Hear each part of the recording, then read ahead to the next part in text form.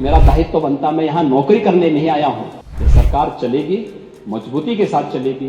कोई खिलवाड़ करेगा तो उसका खामियाजा भुगतेगा। किसी ने अव्यवस्था पैदा करने का प्रयास किया, आपकी जो भावनाएं हैं खन्ना जी उसको देखेंगे और उसको समयबद्ध तरीके से आगे बढ़ाएंगे।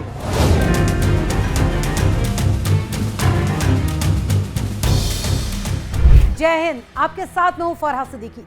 आज बात करेंगे उत्तर प्रदेश की, जहां से बीजेपी में अंदरूनी खींचतान की खबरें लगातार सुर्खियां बटोर रही हैं। बीते 1.5 महीने पर अगर नजर डालें तो अलग अलग तारीखों पर हुई तमाम बयानबाजियों से कई तरह की अटकलें लगाई गई। सवाल ये भी उठे कि क्या सीएम के तौर पर योगी आदित्यनाथ की कुर्सी सुरक्षित है। इसका तो फिलहाल कोई जवाब है नहीं, लेकिन हाँ, योगी आदित्यनाथ भले ही अपनी ही पार्टी की कलह से घिरे हों, लेकिन तेवरों में उनके कोई कमी नहीं आई है।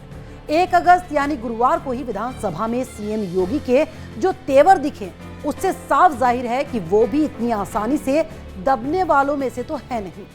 मेरा दायित्व बनता, मैं यहाँ नौकरी करने नहीं आया हूँ, कतई नहीं।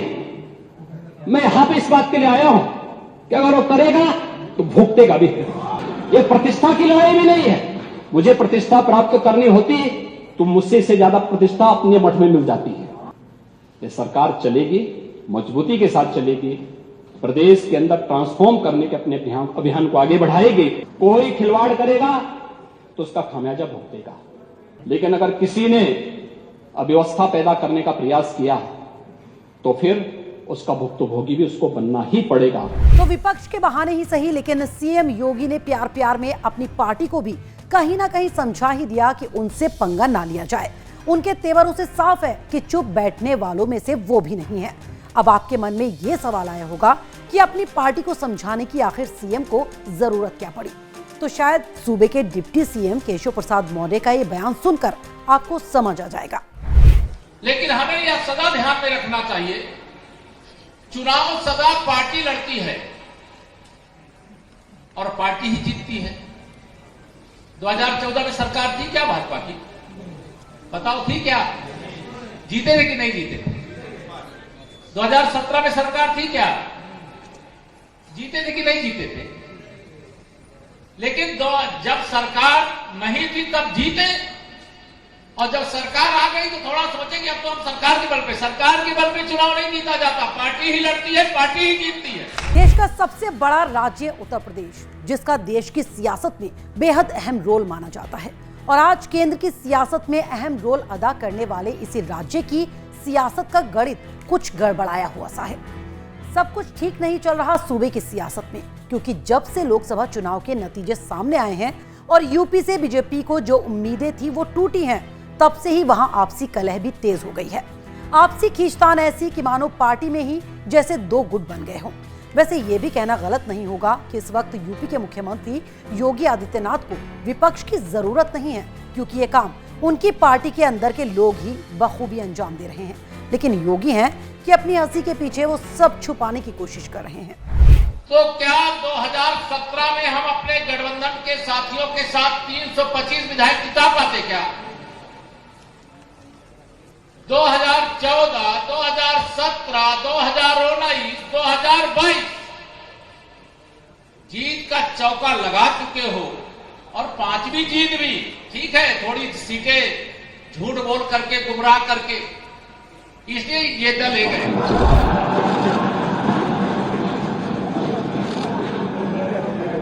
ये देखकर तो आप समझ ही गए होंगे कि यूपी बीजेपी में सब कुछ ठीक नहीं चल रहा, तो इस पर भला विपक्ष कैसे चुप रहता। सपा मुखिया अखिलेश यादव भले ही यूपी विधानसभा से देश की संसद में पहुंच गए हों, लेकिन बीजेपी की आपसी कलह पर चुप रह जाएं, ऐसा कैसे हो सकता था?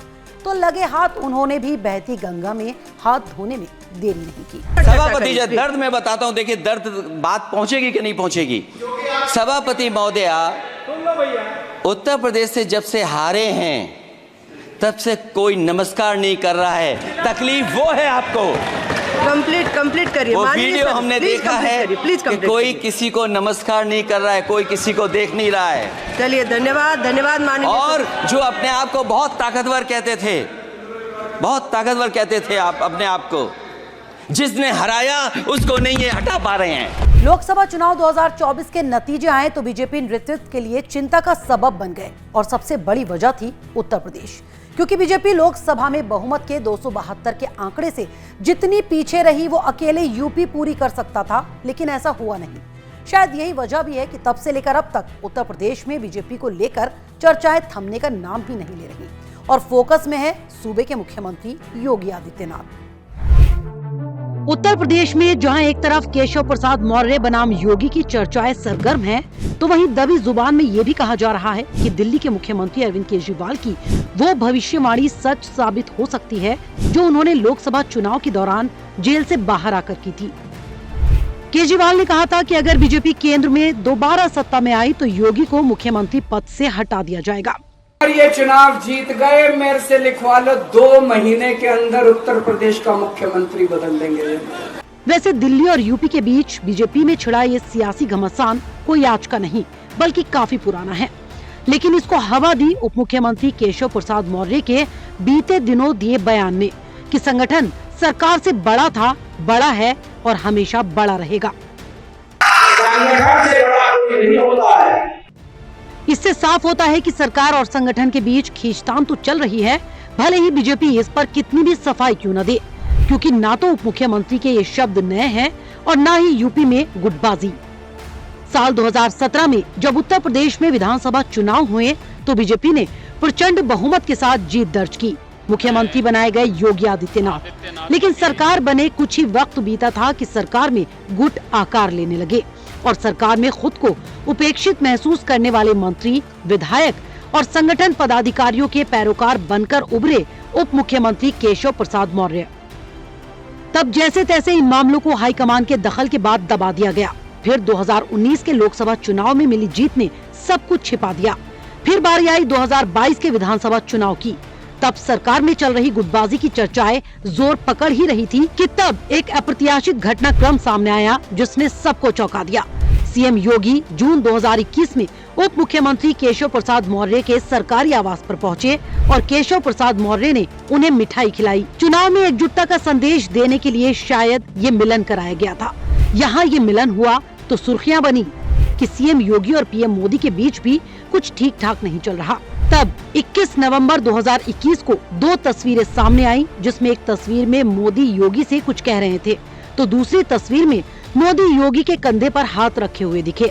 तब भी लगा कि शायद सब कुछ ठीक हो गया, लेकिन जो अंबर से ऊंचे जाने और सूर्य उगाने की बात मोदी और योगी की तस्वीरों के साथ लिखी गई, वो बस कवि की कल्पना बनकर ही रह गई, क्योंकि सब ठीक नहीं था बल्कि ठीक का दिखावा था, क्योंकि विधानसभा चुनाव सर पर था। खैर 2022 में एक बार फिर से बीजेपी पूर्ण बहुमत के साथ सत्ता में लौटी और गुटबाजी का घाव फिर भर गया। हाईकमान ने भी अगड़ा पिछड़ा का संतुलन साधते हुए केशव मौर्य को दोबारा डिप्टी सीएम बनाया तो साथ ही ब्रजेश पाठक को भी उप मुख्यमंत्री बनाया गया। लेकिन सरकार में गुटों का ये संघर्ष फिर भी चलता ही रहा। इस संघर्ष को और हवा मिली 2024 के लोकसभा चुनाव के नतीजों से, जिनमें बीजेपी को यूपी में 29 सीटों का नुकसान हुआ, जिसका शायद उसे अंदाजा भी नहीं था। तो फिर क्या था, चुनावी नतीजों ने जैसे दबी हुई चिंगारी को फिर से हवा देने का काम कर दिया। उसके बाद से ही तमाम विधायकों ने सरकार में अपनी उपेक्षा का दुखड़ा रोया, तो हारे हुए प्रत्याशियों ने भी सरकार पर कई आरोप लगाए। उधर यूपी में पार्टी के खराब प्रदर्शन को लेकर जो बैठकें हुई, उनमें यूपी सरकार के 2 शीर्ष नेताओं ने यूपी के अंदर बीजेपी के खराब प्रदर्शन की 2 अलग अलग कहानियां सुनाई। जहां सीएम योगी ने अति आत्मविश्वास को यूपी में खराब प्रदर्शन की वजह बताया, तो डिप्टी सीएम केशव प्रसाद मौर्य ने संगठन के सरकार से बड़े होने की बात कह दी। यानी जहां सीएम के निशाने पर केंद्रीय नेतृत्व था, तो डिप्टी सीएम के निशाने पर खुद सीएम। बात बढ़ी तो बहुत आगे तक गई। बैठकों और मुलाकातों का दौर भी शुरू हुआ। दिल्ली में केशव मौर्य की पार्टी अध्यक्ष जेपी नड्डा से मुलाकात ने उत्तर प्रदेश में बड़े बदलाव की अटकलों को और हवा दे दी। चर्चाएं चली कि यूपी में बड़ा बदलाव हो सकता है। इशारा था मुख्यमंत्री बदले जाने को लेकर, लेकिन फिर हाईकमान ने कड़ा रुख अपनाया और नेताओं को निर्देश दिए कि ऐसी बयानबाजी न करे। लेकिन सिर्फ बयानबाजी न करने से क्या ये माना जाएगा कि पार्टी में सब ठीक हो गया? लगता तो नहीं है, क्योंकि अभी भी किसी के तेवरों में नरमी नहीं आई है। वैसे अभी देखा जाए तो केंद्र में मोदी 3.0 की सरकार बनने के बाद पहले वो बजट में बिजी थी और शायद अब उसकी प्राथमिकता हो कुछ राज्यों में होने वाले विधानसभा चुनाव और फिर यूपी में भी जल्द ही 10 सीटों पर होने वाले उपचुनाव, जिनके लिए अभी पार्टी समन्वय का रास्ता तलाशते हुए उपचुनाव कराएगी, और फिर भी अगर जरूरत पड़ी तो शायद तब सरकार और संगठन में वैसी ही सर्जरी की जाए जैसी 2022 में बड़े बदलाव के साथ गुजरात में की गई थी। फिलहाल मेरे साथ इतना ही। अगर आपको ये वीडियो पसंद आई तो इसे लाइक और शेयर करना ना भूलें और हमारे चैनल को सब्सक्राइब जरूर करें। जय हिंद।